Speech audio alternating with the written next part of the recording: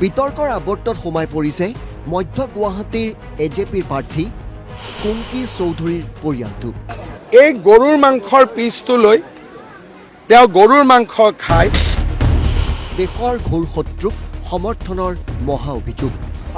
উমৰ খালিদ আৰু চাৰ্জিল ইমামক তেওঁ সমৰ্থন জনাইছে। চিকেন নেক কাটিব খোজা ঘোৰ শত্ৰুৰ পক্ষত তেওঁৰ মাতৃ। যে ভাৰতৰ পৰা চিকেন নেকটো কাটি দিয়াটো কোনো ভুল কথা নহয়। পাকিস্তান শত্ৰু দেশ নহয়, ভগৱান কৃষ্ণকো সমালোচনা। অসম জাতীয় পৰিষদৰ যিখন মঞ্চ য'ত শ্বহীদৰ কেঁচা তেজ জড়িত হৈ আছে, সেইখন মঞ্চৰ পৰা এনেকুৱা এগৰাকী ছোৱালীক টিকট দিছে যোনে ভগৱান কৃষ্ণক সমালোচনা কৰিছে, গৰুৰ মাংস অপেনলি খাই ইনষ্টাগ্ৰামত ফটো দিছে আৰু চাৰ্জিদ ইলাম উমৰ খালিদক ছাপোৰ্ট কৰিছে আৰু কৈছে পাকিস্তান আমাৰ এনিমি ৰাষ্ট্ৰ নহয়। সামাজিক মাধ্যমৰ এইসমূহ পোষ্টৰ বাবেই সৃষ্টি হৈছে এতিয়া বিতৰ্কৰ।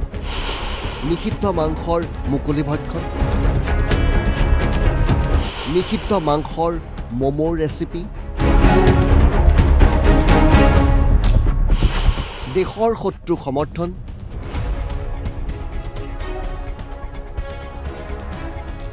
ভগৱান কৃষ্ণৰ বিৰুদ্ধাচৰণ ইত্যাদি। যাৰ বাবে আজি এনেদৰেই আক্ৰমণ লক্ষ্য কৰি ল'লে অসমৰ মুখ্যমন্ত্ৰীগৰাকীয়ে। লুৰিণজ্যোতি গগৈয়ে গুৱাহাটীত কুংকি চৌধুৰী বুলি এগৰাকী মহিলাক এজেপিৰ প্ৰাৰ্থী দিছে। সেই কুংকি চৌধুৰীৰ মা হৈছে সুজাতা গুৰুং চৌধুৰী। তেওঁ হৈছে ছিকিমৰ মহিলা। এই যে সুজাতা গুৰুং চৌধুৰী, তেওঁ ইনষ্টাগ্ৰামত কেইবাখনো ফটো দিছে গৰুৰ মাংস খাই পেলাই। মই এখন ফটো আপোনালোকক দেখুৱাব খুজিছোঁ। এইটো হৈছে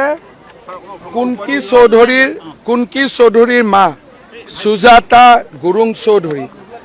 এই গৰুৰ মাংসৰ পিচটো লৈ তেওঁ গৰুৰ মাংস খাই তেওঁ আমাৰ সনাতনী লোকক প্ৰত্যাহ্বান জনাইছে। তাৰ উপৰিও চিকেন নেক কাটি দিয়াৰ ধমকি দিছিলে চাৰ্জিদ ইলাম আৰু উমৰ খালিদ বুলি দুজন, মই চৈতান বুলিয়ে ক'ম।